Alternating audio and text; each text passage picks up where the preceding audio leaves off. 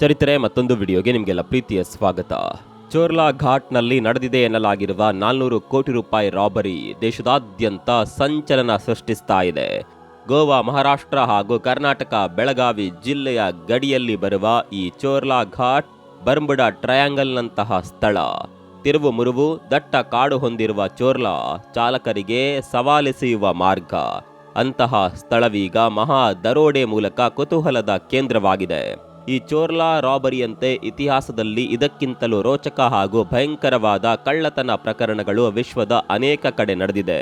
ಅದರಲ್ಲೂ 1963ರ ಆಗಸ್ಟ್ 8ರಂದು ಇಂಗ್ಲೆಂಡ್ನ ಗ್ಲಾಸ್ಗೋದಿಂದ ಲಂಡನ್ಗೆ ತೆರಳುತ್ತಿದ್ದ ರಾಯಲ್ ಮೇಲ್ನಲ್ಲಿ ನಡೆದ ರಾಬರಿಯಂತೂ ಬೆಚ್ಚಿ ಬೀಳಿಸುವಂಥದ್ದು. ಅಂದಹಾಗೆ ಈ ರೈಲಿನ ಒಂದು ಬೋಗಿ ದುಡ್ಡಿನಿಂದ ಭರ್ತಿಯಾಗಿತ್ತು. ಸುಮಾರು 67 ಮಿಲಿಯನ್ ಪೌಂಡ್ ತುಂಬಿದ್ದ ಚೀಲಗಳು ಆ ರೈಲಿನಲ್ಲಿದ್ದವು. ಅಂದರೆ ಇಂದಿನ ಸಮಯಕ್ಕೆ ಬರೋಬ್ಬರಿ 800 ಕೋಟಿ ರೂಪಾಯಿ ಹಣ. ರೈಲಿನ ಚಾಲಕ ಜಾಕ್ ಮಿಲ್ಸ್ ಆ ಕಗ್ಗತ್ತಲ ರಾತ್ರಿಯಲ್ಲಿ ಅತ್ಯಂತ ವೇಗವಾಗಿ ಟ್ರೈನನ್ನ ಚಲಾಯಿಸಿಕೊಂಡು ಹೋಗುತ್ತಿದ್ರು. ಆದರೆ ದೂರದ ಕ್ರಾಸಿಂಗ್ ಒಂದರಲ್ಲಿ ಅವರಿಗೆ ಕೆಂಪು ದೀಪ ಗೋಚರವಾಯಿತು. ಸಾಮಾನ್ಯವಾಗಿ ಈ ತಡರಾತ್ರಿಯಲ್ಲಿ ಇಂತಹ ನಿರ್ಜನ ಪ್ರದೇಶದಲ್ಲಿ ರೈಲು ನಿಲ್ಲಿಸುವ ಸಿಗ್ನಲ್ ಸಿಗೋದು ತೀರಾ ವಿರಳವಿತ್ತು. ಆದರೂ ಈ ಅನುಮಾನದೊಂದಿಗೇನೆ ಲೋಕೋ ಪೈಲಟ್ ಜಾಕ್ ಮಿಲ್ಸ್ ಏನೋ ಸಮಸ್ಯೆ ಇದ್ದಿರಬಹುದು ಅಂತ ರೈಲಿಗೆ ಬ್ರೇಕ್ ಹಾಕಿದ್ರು. ಕೆಲವು ನಿಮಿಷಗಳ ಕಾಲ ಇಡೀ ಪ್ರದೇಶ ನಿಶ್ಶಬ್ದವಾಗಿ ಒಂದು ರೀತಿ ನೀರಾವತೆ ಆವರಿಸಿತ್ತು. ಈ ನಿಗೂಢ ದಿವ್ಯ ಮೌನದ ಹಿಂದೆ ಬೆಚ್ಚಿ ಬೀಳಿಸುವ ಮಾಸ್ಟರ್ ಪ್ಲಾನ್ ಒಂದು ಅನಾವರಣಗೊಂಡಿತು. ಶತಮಾನದ ಅತಿದೊಡ್ಡ ರೈಲು ದರೋಡೆಗೆ ರಾಯಲ್ ಮೇಲ್ ಸಾಕ್ಷಿಯಾಗಿತ್ತು. ಹಾಗಾದರೆ ಅತಿ ಬಿಗಿ ಭದ್ರತೆಯ ಬ್ರಿಟಿಷ್ ಸಾಮ್ರಾಜ್ಯದಲ್ಲಿ ದಿ ಗ್ರೇಟ್ ಟ್ರೈನ್ ರಾಬರಿ ನಡೆದಿದ್ದೇಗೆ? ಏನಿದು ರೋಚಕ ರಾಬರಿ ಕೇಸ್? ಈ ಮಹಾ ದರೋಡೆ ಸಕ್ಸಸ್ ಆದ್ರೂ ಕದೀಮರು ಸೆರೆ ಸಿಕ್ಕಿದ್ದೇಗೆ? ಎಲ್ಲವನ್ನ ಡೀಟೇಲ್ ಆಗಿ ನೋಡೋಣ ಬನ್ನಿ.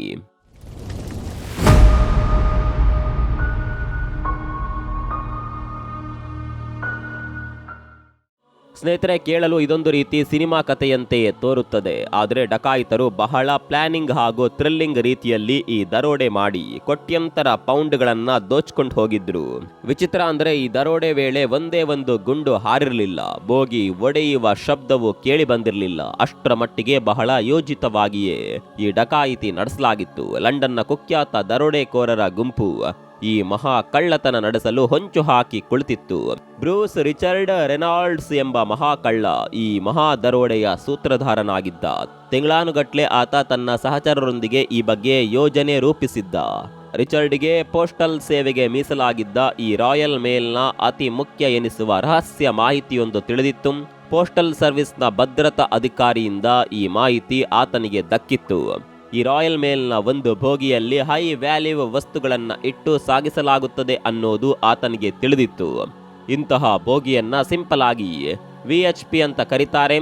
ತಿಂಗಳಲ್ಲಿ ಅದೊಂದು ನಿರ್ದಿಷ್ಟ ದಿನ ಆ ಕೋಚ್ನಲ್ಲಿ ದಾಖಲೆ ಮಟ್ಟದ ಹಣದ ಕರೆನ್ಸಿ ಸಾಗಿಸ್ತಾರೆ ಅನ್ನೋದು ದರೋಡೆಕೋರರಿಗೆ ತಿಳಿದಿತ್ತು. ಅದನ್ನ ಲೂಟಿ ಮಾಡೋದು ಡಕಾಯಿತರ ಪ್ಲಾನ್ ಆಗಿತ್ತು. ರಿಚರ್ಡ್ ರೆನಾಲ್ಡ್ಸ್ ಹಾಗೂ ಆತನ ಸಹಚರರು ಕಳ್ಳತನದಲ್ಲಿ ಪಂಟರೇನೋ ಆಗಿದ್ರು. ಆದರೆ ಅವರಿಗೆ ಚಲಿಸುವ ರೈಲಿನಿಂದ ದರೋಡೆ ಮಾಡಿದ ಅನುಭವ ಇರಲಿಲ್ಲ. ಇದಕ್ಕಾಗಿ ಲಂಡನ್ನ ಮತ್ತೊಂದು ದರೋಡೆ ಗ್ಯಾಂಗ್ ಅನ್ನ ಇದರಲ್ಲಿ ಶಾಮೀಲು ಮಾಡಿಕೊಂಡಿದ್ದ. ಸೌತ್ ಕೋಸ್ಟ್ ರೈಡರ್ ಹೆಸರಿನ ಈ ಗ್ಯಾಂಗ್ ರೈಲು ದರೋಡೆಯಲ್ಲಿ ಪಳಗಿತ್ತು. 2 ಗ್ಯಾಂಗ್ ಸೇರಿ ಈ ದರೋಡೆ ಗುಂಪಿನಲ್ಲಿ ಹೆಚ್ಚು ಕಡಿಮೆ 15ರಿಂದ 16 ಜನರಿದ್ರು. ಯಾವುದೇ ಗುಂಡು ಚಲಾಯಿಸದೆ ಕಾದಾಟಕ್ಕಿಳಿಯದೆ ಹಣ ದೋಚಬೇಕು ಅನ್ನೋದು ಈ ಗ್ಯಾಂಗ್ನ ಪ್ಲಾನ್ ಆಗಿತ್ತು. ಆದರೆ ಅದು ಅಂದುಕೊಂಡಷ್ಟು ಸುಲಭವಾಗಿರಲಿಲ್ಲ. ಬಿಗಿ ಭದ್ರತೆಯ ಟ್ರೈನ್ ಅನ್ನ ಚಲಿಸುವಾಗಲೇ ಏಕಾಏಕಿ ಲೂಟಿ ಮಾಡೋದು ಹೇಳಿದಷ್ಟು ಸರಳ ಅಲ್ಲ ಅನ್ನೋದು ದರೋಡೆಕೋರರಿಗೆ ತಿಳಿದಿತ್ತು. ಇದಕ್ಕಾಗಿಯೇ ತಿಂಗಳಾನುಗಟ್ಲೆ ರಿಹರ್ಸಲ್ ಪ್ಲಾನ್ ರೂಪಿಸಲಾಯಿತು. ಆಗಸ್ಟ್ 7, 1963ರ ಸಂಜೆ 6:30ಕ್ಕೆ ಈ ರಾಯಲ್ ಮೇಲ್ ಗ್ಲಾಸ್ಗೋ ಸೆಂಟ್ರಲ್ ಸ್ಟೇಷನ್ನಿಂದ ಹೊರಟಿತ್ತು. ಈ ರೈಲು ಮರುದಿನ ಬೆಳಗ್ಗೆ 4 ಗಂಟೆಗೆ ಲಂಡನ್ ಯುಸ್ಟನ್ ಸ್ಟೇಷನ್ ತಲುಪಬೇಕಿತ್ತು. ರೈಲ್ನಲ್ಲಿ ಒಟ್ಟು 12 ಬೋಗಿಗಳಿದ್ದವು. ಸುಮಾರು 72 ಜನ ಅಂಚೆ ಸಿಬ್ಬಂದಿ ಇದ್ರು. ಈ ರಾಯಲ್ ಮೇಲ್ನಲ್ಲಿ ಕೇವಲ ಕಾಗದ ಪತ್ರ, ಪಾರ್ಸೆಲ್, ಅಂಚೆಗೆ ಸಂಬಂಧಿಸಿದ ವಸ್ತುಗಳನ್ನು ಮಾತ್ರ ಬಟವಾಡೆ ಮಾಡಲಾಗಿತ್ತು. ಇಂಗ್ಲೆಂಡ್ನ ವಿವಿಧ ನಗರಗಳಿಗೆ ಈ ರೈಲಿನ ಮೂಲಕ ಅಂಚೆ ಬಟವಾಡೆ ನಡೆಯುತ್ತಿತ್ತು. ಹೀಗಾಗಿ ಇದರಲ್ಲಿ ಪ್ರಯಾಣಿಕರು ಹತ್ತುವ ಇಳಿಯುವ ಚಟುವಟಿಕೆ ಇರ್ತಾ ಇರಲಿಲ್ಲ. ಅಂಚೆ ವಸ್ತುಗಳನ್ನ ನಿರ್ದಿಷ್ಟ ಸ್ಟೇಷನ್ಗಳಲ್ಲಿ ಇಳಿಸುತ್ತಾ ಪಡೆದುಕೊಳ್ತಾ ರೈಲು ಮುಂದಿನ ನಿಲ್ದಾಣಕ್ಕೆ ಸಾಕ್ತಾ ಇತ್ತು. ವಿಶೇಷ ಅಂದ್ರೆ ಈ ಅಂಚೆ ಬ್ಯಾಗ್ಗಳನ್ನ ರೈಲ್ವೆ ಟ್ರ್ಯಾಕ್ ಬಳಿ ನೇತು ಹಾಕಲಾಗ್ತಾ ಇತ್ತು. ರೈಲು ಸಿಬ್ಬಂದಿ ಅವುಗಳನ್ನ ಚಲಿಸುವಾಗಲೇ ಪಡೆದುಕೊಂಡು ಇಳಿಸಬೇಕಾದ ನಿಲ್ದಾಣದಲ್ಲಿ ಇಳಿಸ್ತಾ ಇದ್ರು. ಎಲ್ಲಿಯೋ ಟ್ರೈನು ನಿಲುಗಡೆ ಮಾಡಬೇಕಾದ ಪ್ರಮೇಯವೇ ಬರ್ತಾ ಇರಲಿಲ್ಲ. ಇನ್ನು ಈ ರಾಯಲ್ ಮೇಲ್ನಲ್ಲಿ ಮೊದಲೇ ಹೇಳಿದ ಹಾಗೆ ಹೈ ವ್ಯಾಲ್ಯೂ ಪ್ಯಾಕೇಜ್ಗಳನ್ನ ಕಳಿಸಲು ಪ್ರತ್ಯೇಕ ಬೋಗಿ ಇರ್ತಾ ಇತ್ತು. ಇದರಲ್ಲೇ ಹಣ ಸೇರಿದಂತೆ ಹಲವು ಮೌಲ್ಯಯುತ ವಸ್ತುಗಳನ್ನ ಸಾಗಿಸಲಾಗ್ತಾ ಇತ್ತು. 1960ರಲ್ಲಿ ಭದ್ರತಾ ದೃಷ್ಟಿಯಿಂದ IB ಕಚೇರಿ ಈ ರಾಯಲ್ ಮೇಲ್ ಈ VHP ಕೋಚ್ಗಳಿಗೆ ವಿಶೇಷ ಭದ್ರತಾ ಏರ್ಪಾಡುಗಳನ್ನ ಮಾಡಿತ್ತು. ಒಟ್ಟು 6 VHP ಬೋಗಿಗಳಿದ್ದವು. ಅದರಲ್ಲಿ 3 ಡಬ್ಬಿಗಳಲ್ಲಿ ಅತ್ಯಾಧುನಿಕ ಅಲಾರಾಮ್ ವ್ಯವಸ್ಥೆಯ ಭದ್ರತೆಯನ್ನು ಅಳವಡಿಸಲಾಗಿತ್ತು. ಆದರೆ ಬಾಕಿ 3 ಕೋಚ್ಗಳಲ್ಲಿ ನಾರ್ಮಲ್ ವ್ಯವಸ್ಥೆ ಇತ್ತು. ಅವುಗಳಲ್ಲಿ ಅಲಾರಾಮ್ ವ್ಯವಸ್ಥೆ ಇರಲಿಲ್ಲ. ಅಂದು ದರೋಡೆ ನಡೆಯುವ ಹಿಂದಿನ ದಿನ ಅಂದ್ರೆ 1963ರ ಆಗಸ್ಟ್ 7 ರೈಲು ಹೊರಡುವ ದಿನ ಅಲಾರಾಮ್ ವ್ಯವಸ್ಥೆ ಇರುವ ಬೋಗಿಗಳು ಸೇವೆಗೆ ಲಭ್ಯ ಇರಲಿಲ್ಲ. ಹೀಗಾಗಿ ಸಾಮಾನ್ಯ VHP ಕೋಚ್ M30-204M ಅನ್ನ ರಾಯಲ್ ಮೇಲ್ಗೆ ಜೋಡಿಸಲಾಯಿತು. ಈ ಮಾಹಿತಿ ರೈಲ್ವೆ ಇಲಾಖೆಯ ಇನ್ಸೈಡ್ ಮಾಹಿತಿದಾರರಿಂದ ದರೋಡೆಕೋರರಿಗೆ ಮೊದಲೇ ತಿಳಿದಿತ್ತು.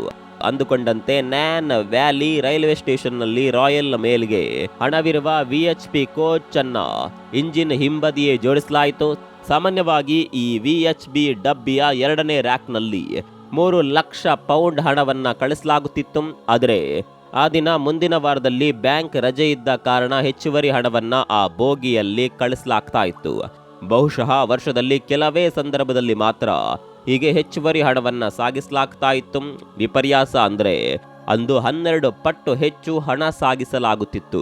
ಜೊತೆಗೆ ಭದ್ರತಾ ಅಲಾರಾಮ್ ವ್ಯವಸ್ಥೆ ಇರದ ಬೋಗಿಯಲ್ಲಿ ಈ ದುಡ್ಡು ಹೊರಟಿತ್ತು.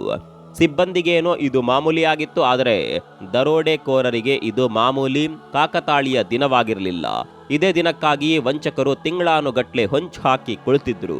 ಅಂದುಕೊಂಡಂತೆ ಟ್ರೈನ್ 1963ರ ಆಗಸ್ಟ್ 7ರ ಸಂಜೆ ಗ್ಲಾಸ್ಗೋ ಸ್ಟೇಷನ್ನಿಂದ ಹೊರಟಿತ್ತು. 58 ವರ್ಷದ ಜಾಕ್ ಮಿಲ್ಸ್ ಅತಿ ವೇಗದಲ್ಲಿ ರೈಲನ್ನ ಚಲಾಯಿಸುತ್ತಿದ್ರು. ದರೋಡೆ ನಡೆಯಬಹುದು ಅನ್ನುವ ಸಣ್ಣ ಅನುಮಾನವೂ ಅವರಿಗಿರಲಿಲ್ಲ. ಆದರೆ ದರೋಡೆಕೋರರ ಗುಂಪು ರೈಲು ಬರೋದನ್ನೇ ಕಾಯುತ್ತಾ ಅಳಿಪಕ್ಕದ ಪೊದೆಗಳಲ್ಲಿ ಕಾದುಕೊಳ್ಳುತ್ತಿತ್ತು.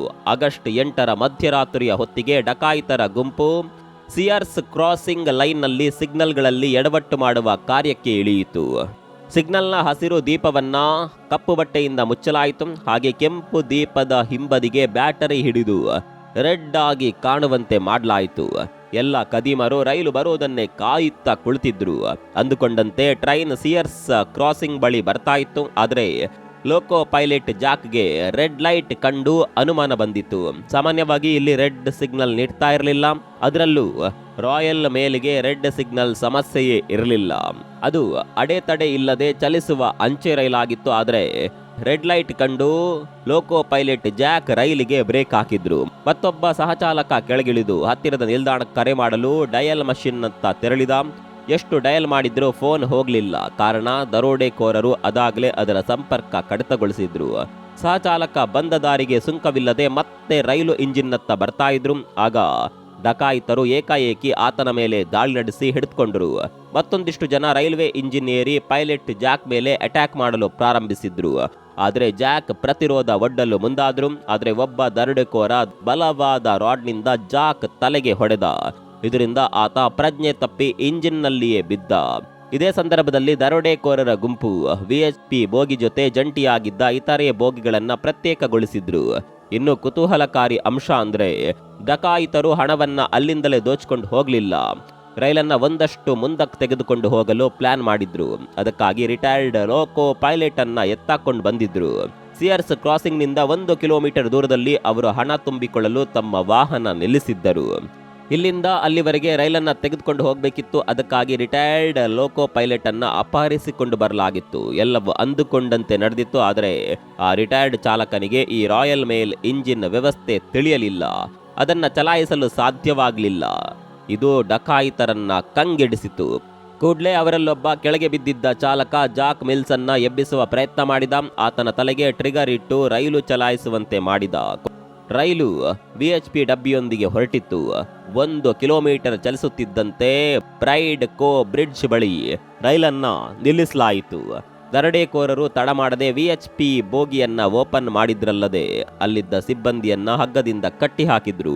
ವಿಚಿತ್ರ ಅಂದ್ರೆ ಇಷ್ಟೊಂದು ದರೋಡೆಕೋರರು ರೈಲನ್ನ ಹೈಜಾಕ್ ಮಾಡಿದ್ರು, ಒಳಗಿರುವ ಸಿಬ್ಬಂದಿಗೆ ಅದರ ಮಾಹಿತಿಯೇ ಇರಲಿಲ್ಲ. ಅಂತಿಮವಾಗಿ ದರೋಡೆಕೋರರು ಹಣದ ತೈಲಿಗಳನ್ನ ಇಟ್ಟಿದ್ದ ರ್ಯಾಕ್ ಅನ್ನ ಓಪನ್ ಮಾಡಿದ್ರು. ಅದರಲ್ಲಿ ಒಟ್ಟು 128 ದೊಡ್ಡ ಚೀಲಗಳಿದ್ದವು.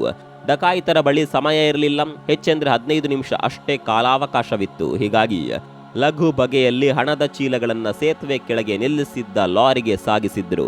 ಆದರೆ ಸಮಯದ ಅಭಾವದಿಂದ 120 ಚೀಲಗಳನ್ನ ಮಾತ್ರ ಸಾಗಿಸಲು ಸಾಧ್ಯವಾಯಿತು. ಕಾರಣ ಈ ಕರೆನ್ಸಿ ಚೀಲಗಳು ಬರೋಬ್ಬರಿ 2.5 ಟನ್ ಭಾರ ಹೊಂದಿದ್ದವು. ಹೀಗಾಗಿ ಬಾಕಿ 8 ಚೀಲಗಳನ್ನ ಬೋಗಿಯಲ್ಲೇ ಇಟ್ಟು ಲಾರಿ ಸಮೇತ ಪರಾರಿಯಾದ್ರು. ಸ್ನೇಹಿತರೆ, ಡಕಾಯಿತರು ಅಂದುಕೊಂಡಂತೆ ದರೋಡೆ ಏನು ಕರಾರುವಕ್ಕಾಗಿ ನಡೆದಿತ್ತು. ಆದರೆ ಅವರು ಮಾಡಿದ ಎಡವಟ್ಟು ಅವರು ಸಿಕ್ಬೀಳುವಂತೆ ಮಾಡಿತು.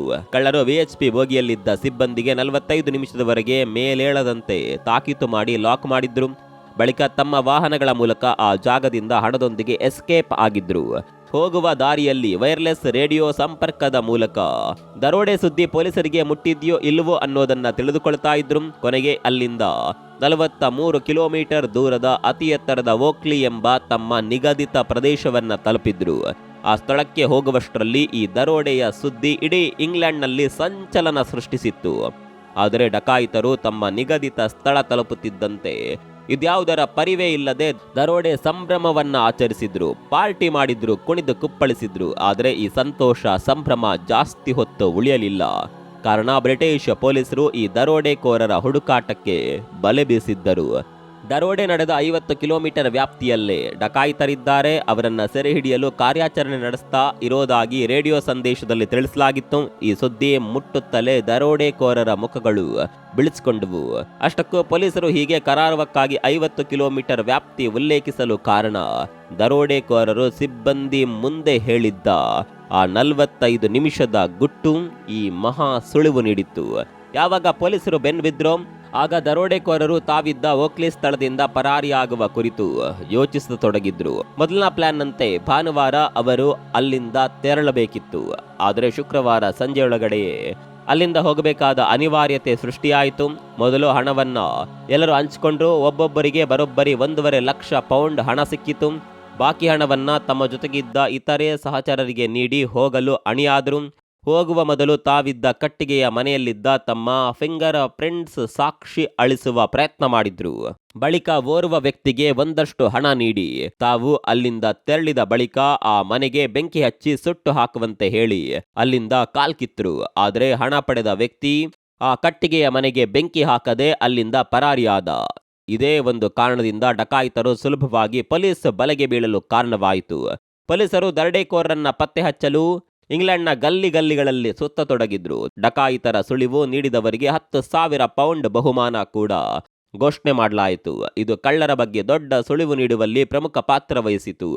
ಕಳ್ಳರು ಬಾಡಿಗೆ ಪಡೆದಿದ್ದ ಹೈಡ್ ಔಟ್ ಪ್ರದೇಶದ ವ್ಯಕ್ತಿಯೊಬ್ಬ ತಮ್ಮ ಏರಿಯಾದಲ್ಲಿ ಕೆಲ ದಿನಗಳಿಂದ ಒಂದಷ್ಟು ಜನರು ಬಾಡಿಗೆಗೆ ಇದ್ರು. ಬಹುಶಃ ಅವರೇ ಡಕಾಯಿತರಾಗಿರಬಹುದು ಅಂತ ಮಾಹಿತಿ ನೀಡಿದ್ರು. ಇದು ಪೊಲೀಸರ ಕೆಲಸವನ್ನ ಮತ್ತಷ್ಟು ಸರಳಗೊಳಿಸಿತು. ಬ್ರಿಟಿಷರು ಆ ಹೈಡ್ ಔಟ್ ಮನೆಯಲ್ಲಿ ಸರ್ಚ್ ನಡೆಸಿದ್ರು. ಅಲ್ಲಿ ಕಳ್ಳರು ತಿಂಗಳಾನುಗಟ್ಲೆ ದರೋಡೆಗೆ ನಡೆಸಿದ್ದ ತಯಾರಿಯ ಪುರಾವೆಗಳು ಸಿಕ್ಕವು. ಕಳ್ಳರೇನು ಕಟ್ಟಡ ಬಾಗಿಲುಗಳ ಮೇಲಿದ್ದ ತಮ್ಮ ಫಿಂಗರ್ ಪ್ರಿಂಟ್ ಕ್ಲೀನ್ ಮಾಡಿದ್ರು. ಆದರೆ ಆಟಕ್ಕೆ ಬಳಸಿಕೊಂಡ ಚಾರ್ಟ್ ಮೇಲೆ ಅವರ ಹಸ್ತಮುದ್ರಿಕೆಗಳು ಕಳ್ಳರು ಯಾರು ಎಂಬುದನ್ನ ಸ್ಪಷ್ಟವಾಗಿ ಹೇಳಿದ್ದವು. ಪೊಲೀಸರು ಇದರ ಆಧಾರದ ಮೇಲೆ ಹಳೆಯ ಕಾರ್ಡ್ಸ್ ತಾಳೆ ಹಾಕಿ ಅಂತಿಮವಾಗಿ 16 ಜನರ ಪೈಕಿ 14 ಜನ ದರೋಡೆಕೋರರನ್ನ ಬಂಧಿಸುವಲ್ಲಿ ಯಶಸ್ವಿಯಾದರು. ಬಂಧಿತರಿಗೆ ಸುಮಾರು 30 ವರ್ಷಗಳ ಕಾಲ ಜೈಲು ಶಿಕ್ಷೆಯನ್ನ ಸಹ ಲಂಡನ್ ನ್ಯಾಯಾಲಯ ವಿಧಿಸಿತ್ತು. ಸ್ನೇಹಿತರೆ, ವಂಚಕರು ದಗಾಕೋರರು ಎಷ್ಟೇ ಜಾಣರಾಗಿರಲಿ, ಎಷ್ಟೇ ವ್ಯವಸ್ಥಿತವಾಗಿ ಸಾಕ್ಷ್ಯಗಳನ್ನ ನಾಶಪಡಿಸಿರಲಿ, ಒಂದಲ್ಲ ಒಂದು ಸಾಕ್ಷ್ಯ ಸುಳಿವು ಬಿಟ್ಟೇ ಇರ್ತಾರೆ. ಬಹುಶಃ ಈ ಪ್ರಕರಣದಲ್ಲೂ ಅದೇ ನಡೆದಿತ್ತು. ದರೋಡೆಕೋರರು ತಮ್ಮ ಜಾಣತನದಿಂದ ಹಣವನ್ನ ಲೂಟಿ ಮಾಡುವಲ್ಲಿ ಯಶಸ್ವಿಯಾಗಿದ್ರು. ಆದರೆ ಪೊಲೀಸರಿಂದ ತಪ್ಪಿಸಿಕೊಳ್ಳಲು ಸಾಧ್ಯವಾಗಲಿಲ್ಲ.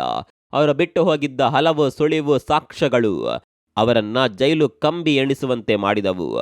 ಈ ಮಹಾ ದರೋಡೆ ನಡೆದಿದ್ದ ಬ್ರೈಡ್ ಕೋ ಬ್ರಿಡ್ಜ್ ಇಂದಿಗೂ ರಾಬರಿ ಬ್ರಿಡ್ಜ್ ಅಂತಾಲೇ ಕರೆಯಲ್ಪಡುತ್ತಿದೆ. ಅಲ್ಲದೆ ಈ ಡಕಾಯಿತ ಪ್ರಕರಣ ಶತಮಾನದ ಅತಿದೊಡ್ಡ ರೈಲು ದರೋಡೆ ಅಂತಾಲೇ ಗುರುತಿಸಲ್ಪಟ್ಟಿದೆ. ಈ ದರೋಡೆಯ ಪ್ಲಾನಿಂಗ್ ಬಗ್ಗೆ ನಿಮ್ಗೆ ಏನಿಸುತ್ತೆ ಕಾಮೆಂಟ್ ಮಾಡಿ. ಮತ್ತೊಂದು ವಿಡಿಯೋದಲ್ಲಿ ಸಿಗೋಣ. ಅಲ್ಲಿವರೆಗೂ ನಮಸ್ಕಾರ.